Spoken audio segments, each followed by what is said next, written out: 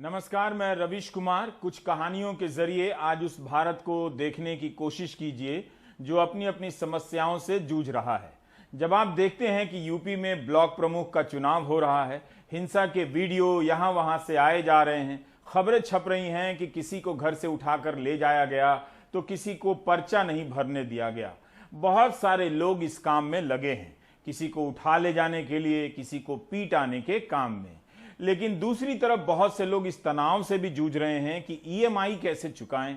भारतीय reserve bank की एक रिपोर्ट में इस बात का जिक्र आया है कि ईएमआई ना चुकाने वालों की संख्या बढ़ती जा रही है।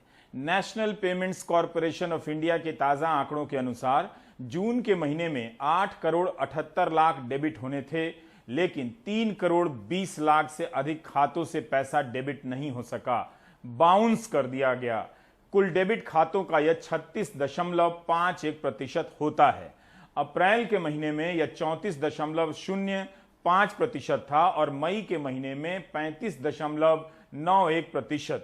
यह केवल उन खातों का डेटा है जिसमें लोन देने वाला बैंक कोई और है, सैलरी अकाउंट किसी और बैंक में है।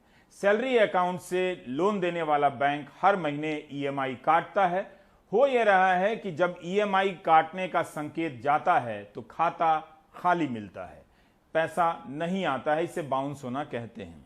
कई बार यह भी होता है कि आपका जिस बैंक में खाता है लोन भी उसी बैंक से है, तो इस तरह के खातों की संख्या नहीं है, वरना पता चलता कि ईएमआई नहीं चुकाने वालों की संख्या 3 करोड़ से कहीं ज्यादा है। यह अंदाजा देता है कि मिडिल क्लास कितना तनाव में है। लेकिन तभी आप यूपी से आ रही रिपोर्ट देखने लग जाते हैं तो कुछ समझ नहीं आता कि देश की असली समस्या है क्या। इस रिपोर्ट को देखते हुए सोचिएगा कि जो आप देख रहे हैं उसे लोकतंत्र के किस खाते में डालना चाहेंगे। लोकतंत्र और नारी, इन दोनों का सम्मान भारत से ज्यादा दुनिया के किसी देश में नहीं होता है। तैयार हो जाइए, गर्व करने वाला मोमेंट आ रहा है। विश्व गुरु बनने का सिलेबस तैयार हो चुका है, बस आप देखने ही वाले हैं। ये तस्वीर मुद्दतों दिल दहलाती रहेगी। लखीमपुर में एक औरत की इज्जत उतारी जा रही है। ये अनीता यादव हैं जो सपा की रितु सिंह की प्रस्तावक थीं। दिन दहाड़े इन्हें द्रौपदी बनाने की कोशिश हो रही है ताकि ये उनके नाम का प्रस्ताव ना कर पाएं। और रितु सिंह का पर्चा तो नामांकन कक्ष में जिन्होंने छीना उनमें एक बड़े हिंदी अखबार का रिपोर्टर भी था। उस पर उम्मीदवार की साड़ी खींचने का भी आरोप है। इसमें एक शख्स पकड़ा गया है और 6 पुलिस वाले सस्पेंड हुए हैं। सुसंगत धाराओं में अभियोग पंजीकृत करके एक नामजद अभियुक्त को पुलिस के द्वारा गिरफ्तार कर लिया गया है। शेष अभियुक्तों की गिरफ्तारी हेतु अपर पुलिस अधीक्षक के नेतृत्व में 4 पुलिस टीमों का गठन कर सार्थक प्रयास किए जा रहे हैं। बहराइच के दीनापुरवा गांव में मायाराम की हत्या पे मातम है। उनके भाई की पत्नी जदुराई बीडीसी मेंबर हैं। आरोप है कि ब्लॉक प्रमुख पद की उम्मीदवार सरिता यज्ञ सैनी के पति उन्हें किडनैप करने आए। मायाराम के विरोध करने पे उन्हें मार डाला। 2 गाड़ी रोड पर खड़ी थी और रात में आए हैं तो पकड़ लिए ना, गाड़ी आई जबरदस्ती बैठावत रहा वो नहीं बैठे तो बस बंदूक ले रहा है कुंदा से 3-4 कुंदा मार दिए, बस तुरंत दम टूट गया उनका। अच्छा। तुरंत के तुरंत मर गए।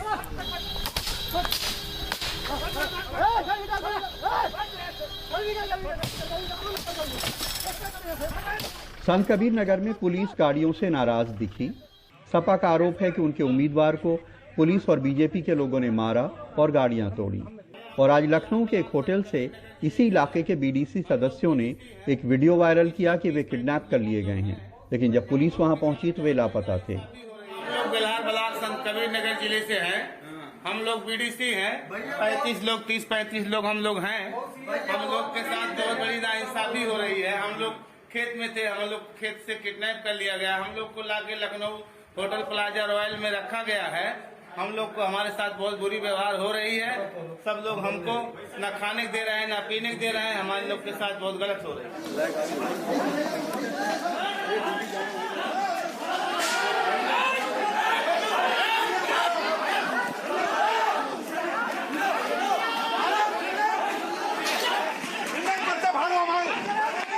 एटा में दीवार फांदकर नामांकन केंद्र में कूदने वाले बीजेपी एमएलए वीरेंद्र लोधी का वीडियो वायरल है। यहां जमकर पथराव हुआ। पथराव में आज तक के पत्रकार देवेश पाल घायल हो गए। उन्होंने पुलिस को अपनी तहरीर में बीजेपी एमएलए का नाम लिखा था, लेकिन पुलिस ने एफआईआर से निकाल दिया। यहीं समाजवादी पार्टी के ब्लॉक प्रमुख पद की उम्मीदवार गुड्डो देवी का पर्चा छीन लिया गया। आपका पर्चा कहाँ है? पर्चा धीमान जी ने लिया, धीमान जी पे से लूट ले गए वो पल्ली पार्टी के। कौन सी पल्ली पार्टी की? लोधी का नाम जी का राजू है, रवि यादव। अच्छा, रवि वर्मा।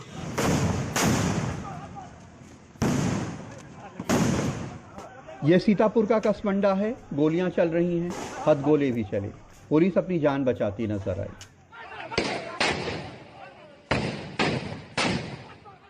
और ये जौनपुर है, जहां बीजेपी के 2 गुट भिड़ गए, कई गाड़ियां तोड़ डाली गईं और कई लोग पीट के लहूलुहान कर दिए गए। देखिए भाजपा के राज में क्या हो रहा है, ये देखिए। और अब लखीमपुर खीरी में कांग्रेस उम्मीदवार के अपहरण की कोशिश का वायरल वीडियो देखिए। देखिए कांग्रेस के पतिया,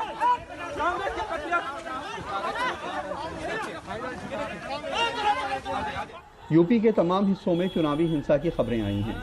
इटावा में बीजेपी प्रत्याशी के समर्थक को गोली लगी, बुलंदशहर में जबरदस्त मारपीट और लाठीचार्ज हुआ, अयोध्या में सपा और भाजपा में पथराव और मारपीट हुई, हरदोई में मारपीट हुई और बीजेपी पर नामांकन से रोकने का आरोप लगा, आजमगढ़ में मारपीट, लाठीचार्ज और बीजेपी के विधायक पर हमले का आरोप लगा, बहराइच में बीजेपी पे नामांकन से रोकने का आरोप और मारपीट हुई, सिद्धार्थनगर में पूर्व स्पीकर माता प्रसाद की गाड़ी तोड़ी, संभल में सपा समर्थकों और पुलिस में झड़प हुई, रायबरेली में सपा उम्मीदवार का पर्चा छीना गया, बदायूं में सपा उम्मीदवार का पर्चा फाड़ने का वीडियो वायरल हुआ, मैनपुरी में सपा और बीजेपी में झड़प हुई, गाड़ियां टूटी। समाजवादी पार्टी के अध्यक्ष अखिलेश यादव ने आज एक प्रेस कॉन्फ्रेंस कर पंचायत में हुई हिंसा के लिए सरकार पे हमला बोला। जो पंचायत के चुनाव हुए थे उसमें बुरी तरीके से भारतीय जनता पार्टी हार गई। उस हार का बदला लेने के लिए भारतीय जनता पार्टी ने अपने गुंडों को सड़कों पे छोड़ दिया और पूरा का पूरा चुनाव लूट लिया। जिला पंचायत में जो कुछ किया वो सबके सामने है। उससे भी एक कदम आगे निकल गए ब्लॉक प्रमुख के चुनाव में। भारतीय जनता पार्टी ने अपने गुंडों को खुली छूट दी है और मैं आपको कह सकता हूं पूरी तरीके से प्रशासन के लोग इसमें जिम्मेदार हैं, वो शामिल थे। लेकिन यूपी के पंचायती राज मंत्री भूपेंद्र सिंह इस हिंसा के लिए सपा को जिम्मेदार बताते हैं। जब स्थिति चुनाव से पहले स्पष्ट हो जाती है तो समाजवादी पार्टी के लोग एक खराब मैसेज देने के लिए, सरकार को बदनाम करने के लिए, उपद्रव करने की योजना बनाते हैं, जिससे उन्हें थोड़ा एक स्पेस मिल जाए, एक स्थान मिल जाए। पंचायत चुनाव दिन ब दिन ज्यादा विकृत होते जा रहे हैं। जो कुछ हो रहा है इन चुनावों में वो लोकतंत्र में कतई नहीं होना चाहिए, लोकतंत्र के लिए घातक है। इसमें जल्द रिफॉर्म की जरूरत है। लखनऊ में कैमरामैन राजेश गुप्ता के साथ कमाल खान, एनडीटीवी इंडिया। उम्मीद है आपको डर नहीं लगा होगा, क्योंकि जो लोग किसी को उठा रहे हैं, किसी को पर्चा भरने से रोक रहे हैं, किसी की हत्या कर दे रहे हैं, टांगे तोड़ दे रहे हैं, वो तो किसी से नहीं डर रहे। जैसा कि कमाल की रिपोर्ट से पता चलता है कि लोकतंत्र के इस त्योहार में पत्रकार भी पर्चा छीनने वालों में शामिल हैं और मार खाने वालों में भी। इन चुनावों ने साबित किया है कि लोकतंत्र की व्यवस्था को समाप्त करने के लिए जिस तरह की व्यवस्था की जरूरत होती है वह उत्तर प्रदेश में प्रचुर मात्रा में मौजूद है। ऊंचे लेवल पर डेमोक्रेसी को लेकर बड़ी बड़ी बात करने के लिए जरूरी है कि नीचे के लेवल पर डेमोक्रेसी के नाम पर लात जूते चलें, गोली बंदूक चले। इसके बाद भी हेडलाइन छपेगी कि कानून व्यवस्था ठीक हो गया है। ज्यादा निराश ना हो, कुछ ही दिनों बाद आप देखेंगे कि प्रधानमंत्री देश के इन्हीं प्रधानों से वीडियो कॉन्फ्रेंसिंग कर रहे हैं और लोकतंत्र की पहली सीढ़ी के रूप में पंचायत की महिमा सुना रहे हैं। भारत में पंचायत की यही एकमात्र वैरायटी नहीं है, एक वैरायटी हिंदू महापंचायत की भी आ गई है। इस तरह की महापंचायत किसी के भी खिलाफ कभी भी कहीं भी हो सकती है और उसमें कुछ भी बोला जा सकता है। इन महापंचायतों में जिस तरह के खतरों की बात होती है, उन्हें सुनकर आपको लगेगा कि भारत में कोई व्यवस्था ही नहीं है रक्षा करने के लिए। सब कोई पंचायत वाले रक्षकों के भरोसे जिंदा है। हरियाणा के पटौदी में हुई है ये महापंचायत और उसमें ऐसी ऐसी बातें कही गई हैं कि किसी अधिकारी को याद ही नहीं आ रहा है कि कार्रवाई करनी है। आप मेहर की इस रिपोर्ट को देखते हुए कमाल की रिपोर्ट को याद कीजिए जो अभी देखी है। एक तार मिलाइएगा, आपकी नियति का सीधा प्रसारण दिख जाएगा।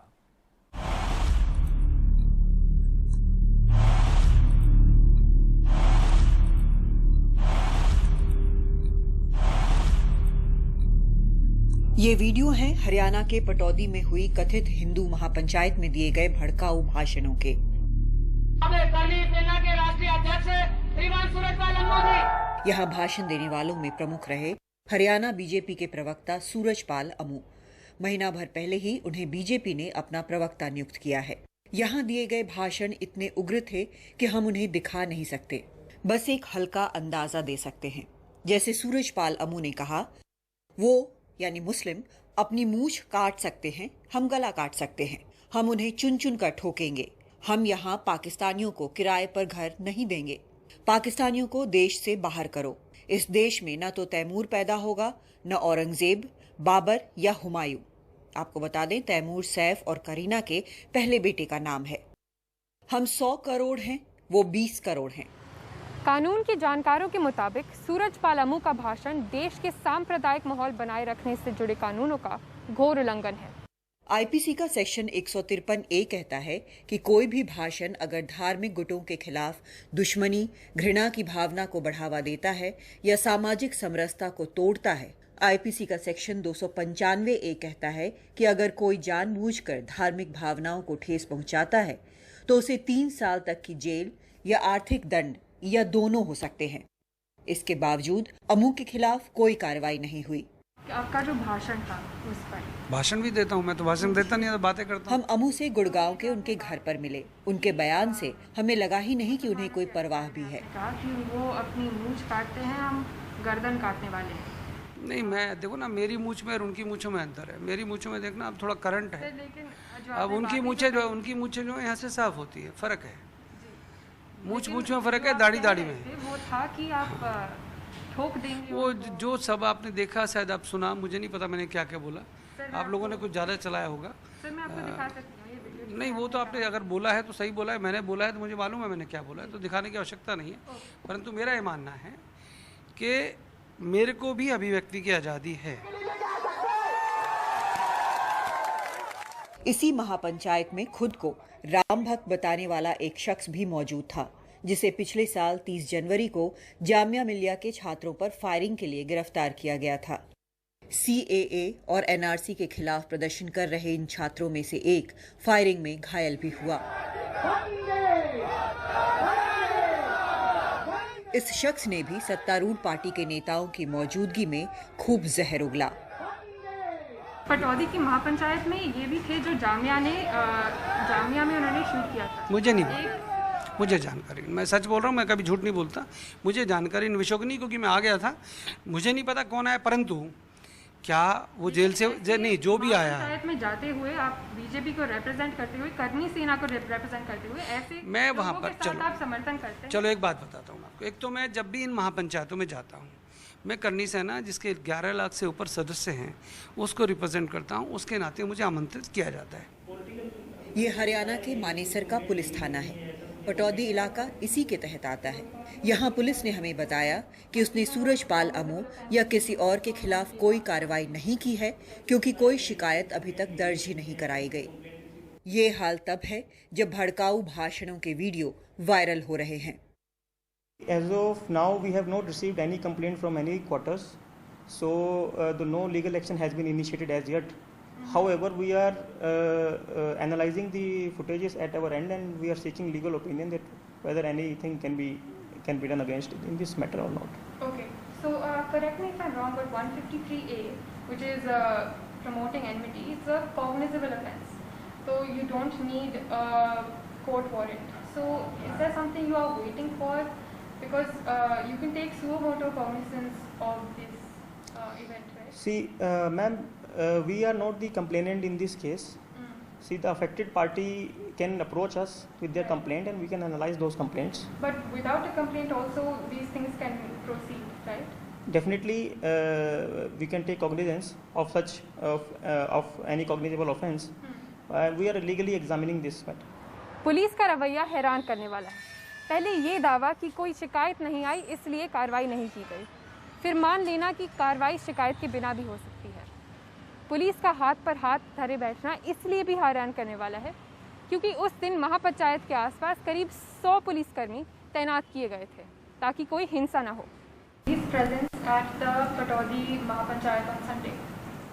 Yes, the police was present there. Around how many personnel? Around, see, they have been deployed on different duties. Around 100 personnel were deployed. Some people are saying because he has strong connections with BJP, that's why there's been no action against him. No, ma'am, there is nothing like that. It is just that we have not received anything, any complaint in the matter. So that is why there has been no action in this case. इस बीच राज्य BJP का दावा है कि महापंचायत में अमू ने जो कहा वो उनका व्यक्तिगत विचार है। सूरजपाल अमू जी को भारतीय जनता पार्टी ने किसी ऐसी पंचायत में जाने के लिए नहीं बोला। वो गए हैं तो अपनी निजी हैसियत से वहाँ गए हैं। वहाँ भी जो उन्होंने विचार व्यक्त किए हैं वो अपनी निजी हैसियत से विचार व्यक्त किए हैं। लेकिन अमू खुद कहते हैं कि वो एक बीजेपी कार्यकर्ता की हैसियत से ऐसा कह रहे हैं। तथ्य ये है कि अमू को हरियाणा बीजेपी का प्रवक्ता तब बनाया गया जब उन्होंने मई के अंत में हरियाणा के नूह जिले के इंद्री गांव में हुई एक अन्य महापंचायत में भड़काऊ बयान दिए। वहां उन्होंने मुस्लिमों को भारत छोड़ पाकिस्तान जाने को कहा।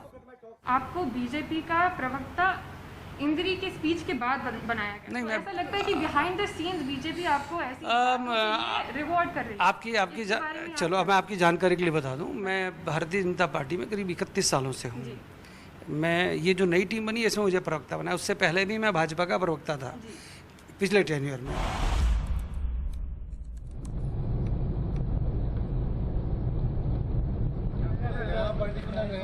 इन भाषणों से पटौदी इलाके में तनाव है। पटौदी के मुस्लिम समुदाय का कहना है कि यहाँ हमेशा से हिंदुओं और मुस्लिमों के बीच भाईचारा रहा है। ऐसे में ऐसे भड़काऊ वीडियो के बाद भी पुलिस कार्रवाई न होने से वो हैरान है। माहौल तो मैम एज इट इज़ है, बट महापंचायत में जो कुछ बात हुई थी, जो क्लिप हमारे पास आई थी एक्चुअली, जो व्हाट्सएप पे शेयर की थी लगभग 1.5 मिनट के 1.25 मिनट की, उसमें कुछ ये मुस्लिम के खिलाफ भड़काऊ बात कही गई थी कि ये हमारे उसे उठा के ला रहे हैं तो हम उनके उठ से उठा लाएंगे, ऐसे बीच में भी कही है। बट बात है कि कानून ने अलाउड कैसे किया, किसी ने FIR नहीं की उसके बारे में, कहीं गलत कमेंट किया क्यों। बट इसके अलावा ये पंचायत क्यों हुई या क्या ज़रूरत पड़ी या इस तरह की भड़काऊ बात जो पहले भी अक्सर हुई, एक बार तो घर के सामने ही की थी। मतलब पटौदी का ऐसा माहौल है ही नहीं शुरू से, बट कुछ लोग पॉलिटिकल लीडर जब से सत्ता में है तो उसे ख़राब करना चाह रहे हैं, मतलब हिंदू वर्सेस मुस्लिम। बीते 2 महीनों में हरियाणा के एक बड़े बीजेपी नेता ने 2 बार मुस्लिम विरोधी नफरती बयान दिए हैं, लेकिन अभी तक कोई कार्रवाई नहीं हुई है। तमाम सबूत होने के बावजूद पुलिस ने अभी तक इन्वेस्टिगेशन ही नहीं शुरू की है। जेवियर थॉमस के साथ मेहर पांडे, NDTV इंडिया। अब हम उन गरीबों की बात करेंगे जो अपनी झोपड़ी नहीं बचा पा रहे हैं, जो ना तो ब्लॉक प्रमुख के चुनाव में हैं, ना हिंदू महापंचायत में हैं। रवीश रंजन की ये रिपोर्ट देखिए।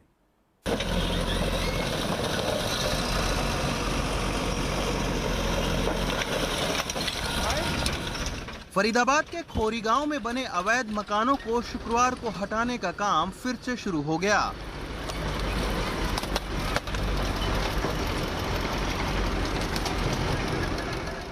जमीन पर पुलिस, पैरामिलिट्री और आसमान में ड्रोन की निगरानी में दर्जन भर से ज्यादा बुलडोजर मकान गिराने में लगे हैं। अनहोनी की आशंका के चलते मीडिया को भी अंदर जाने की मनाही है।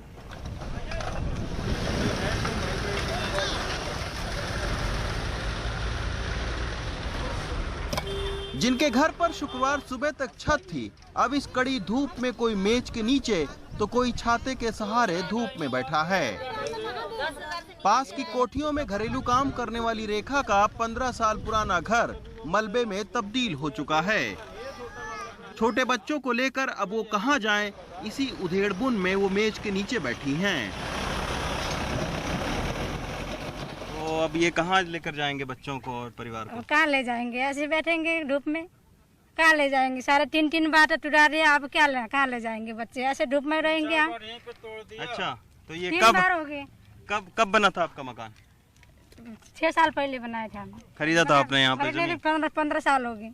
अच्छा, तो आपको किसी ने बताया नहीं था कि यहाँ पर चूंकि अरावली का जंगल है, यहाँ पे जमीन नहीं खरीदनी? बताया नहीं किसी ने। अच्छा, तो कितने का खरीदा था आपने जमीन यहाँ? 2 लाख में।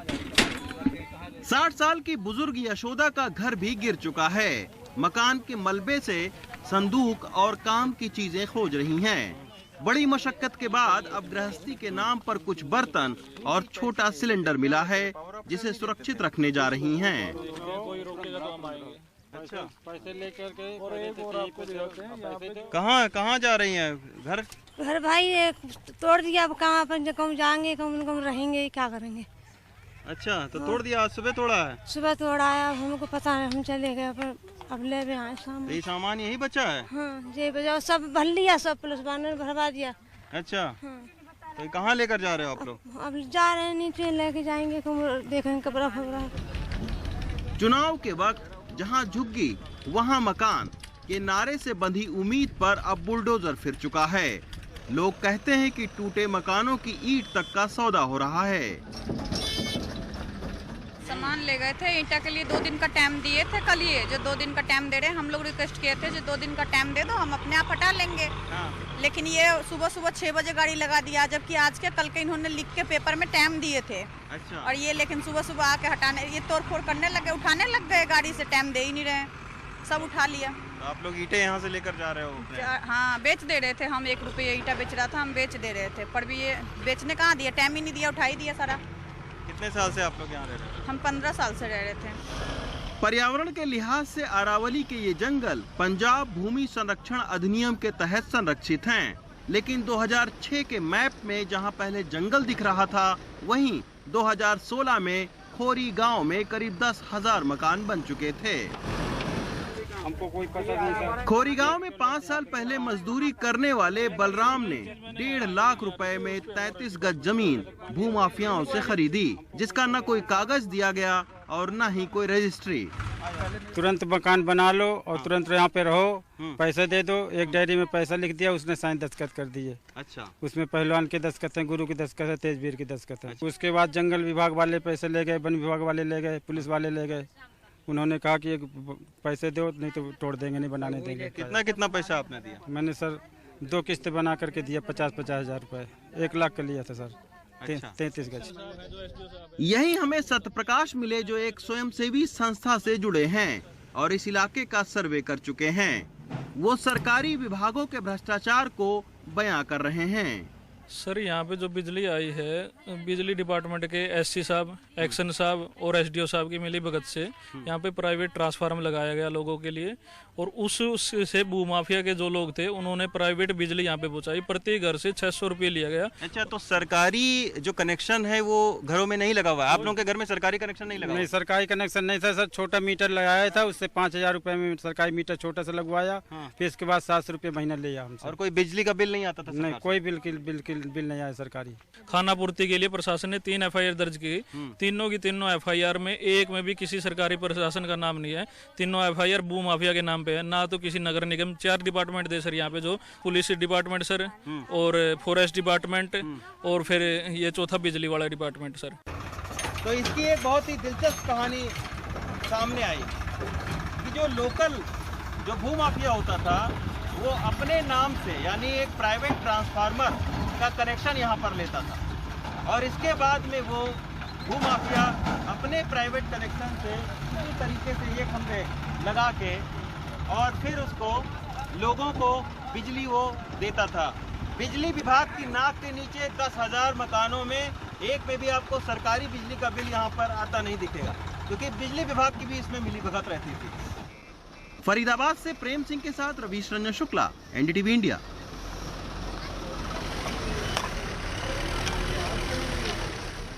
एक तरफ अवैध रूप से खेत से उठाकर लोग प्रमुख बनाए जा रहे हैं, तो दूसरी तरफ जिनके अवैध रूप से घर बने हैं उन्हें ढहाया जा रहा है। तय करना मुश्किल है कि भारत में कौन सा अवैध वैध है। अब वापस यू टर्न लेकर चलते हैं यूपी।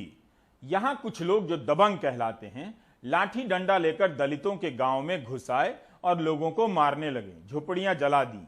जब भी किसी घटना को दोनों पक्षों का विवाद बताया जाता है, इसका मतलब होता है कि जो लाठी लेकर आया है उसे बेकसूर बताना होता है। जब पत्रकार किसी को दबंग लिखते हैं तो उसका एक स्थायी मतलब होता है। दबंग या तो ऊंची जाति के होते हैं या फिर सरकार वाली पार्टी के होते हैं। लोकतंत्र के बिना लोकतंत्र विषय पर अध्ययन करना हो तो आप इस गांव में जा सकते हैं। यह जलती हुई झोपड़ी चंदौली जिले के बरथरा गांव की अनुसूचित जाति के लोगों की है। झोपड़ी में आग किसी अचानक आपदा की वजह से नहीं, बल्कि गांव के ही कुछ दबंग सवर्णों ने एक अनुसूचित जाति के बच्चे की उनकी बनाई खेत के मेढ़ पर चलने की मामूली सी बात पर लगाई है। दबंगई इतनी कि उनके आगे बेबस लोगों की सिर्फ सिसकियां निकलती रहीं।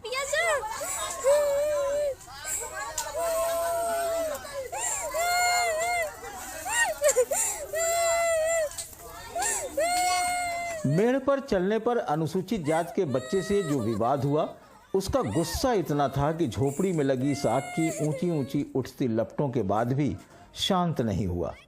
यह तस्वीरें बताती हैं कि दबंग हाथ में लाठी लेकर इत्मीनान से वहां तांडव करते रहे और जो भी बोलता उसे धमकाने लगते। इस पूरी घटना का बस्ती के ही कुछ लोगों ने वीडियो बनाया और जब सोशल मीडिया पर यह वीडियो वायरल हुआ तो पुलिस हरकत में आई और उसने मुकदमा दर्ज किया। ये ग्राम बरथरा थाना चंदौली का मामला है।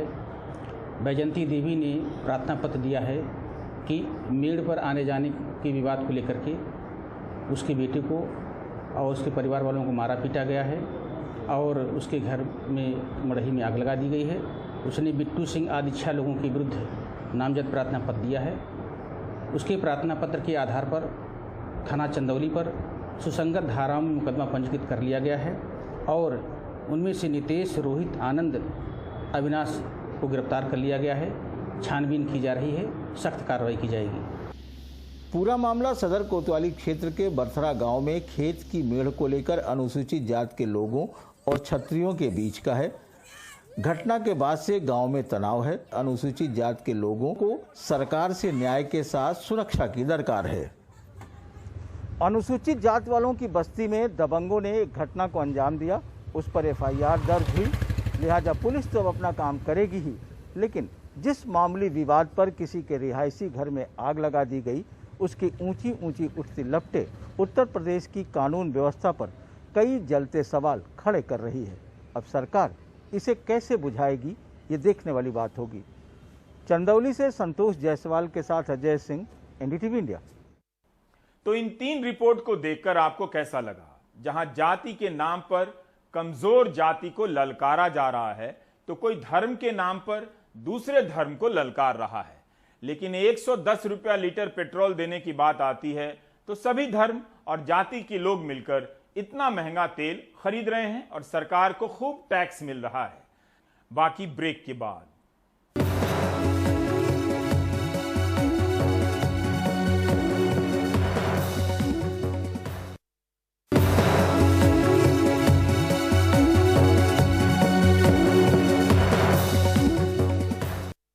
तमाम मसलों के बीच लाखों बच्चे ऐसे हैं जो स्मार्टफोन नहीं होने के कारण पढ़ाई से वंचित हो गए हैं।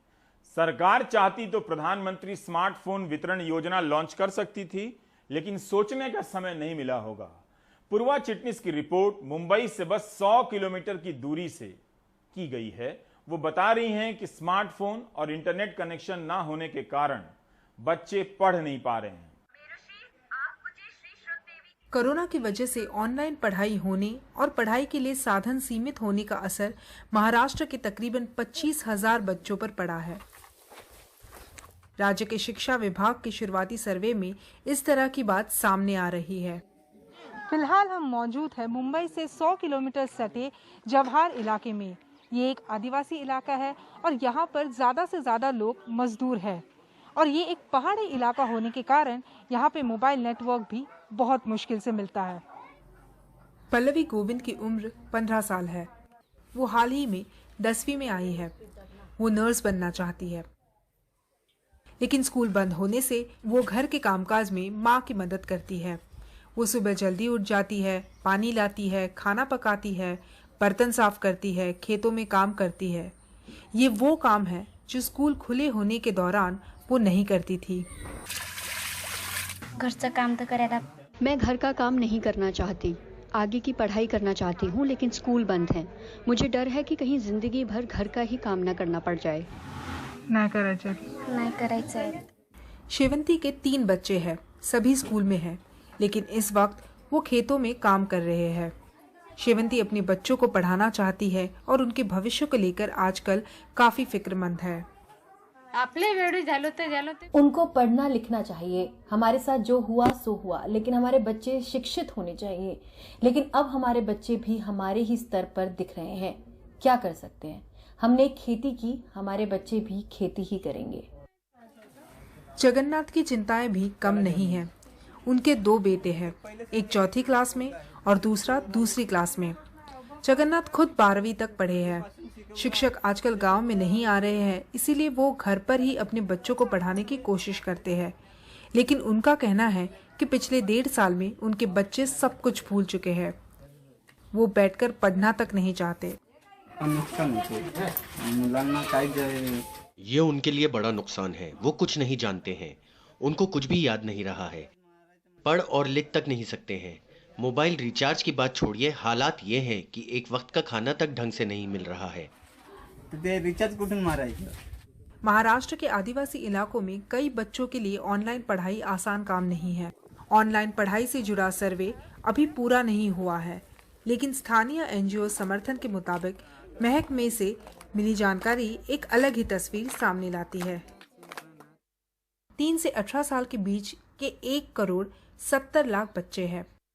पालघर में 6 लाख से ज्यादा बच्चे स्कूल जाते हैं। इनमें से 2,40,000 बच्चे पिछले साल स्कूल नहीं जा सके। इसीलिए NGO ने यहाँ बच्चों को रोज कम से कम 1 घंटे तक पढ़ाने लिखाने की कोशिश शुरू की है। मैं 12वीं में पढ़ता हूँ, लेकिन मेरा स्कूल भी बंद है, तो मैं रोज शाम को 5 बजे इन बच्चों को पढ़ाता हूँ। हालांकि मुझे भी खेत में काम करने जाना होता है। शिक्षा हर बच्चे का हक है। दशकों की मेहनत के बाद ये बच्चे स्कूल तक पहुंच गए हैं, लेकिन फिलहाल कंडीशन ऐसी है कि इन बच्चों के हाथ में किताबें होने के बजाय घर का काम आ गया है। जवाहर से कैमरा पर्सन राजेंद्र दयालकर के साथ पूर्वा चिटनिस, NDTV इंडिया।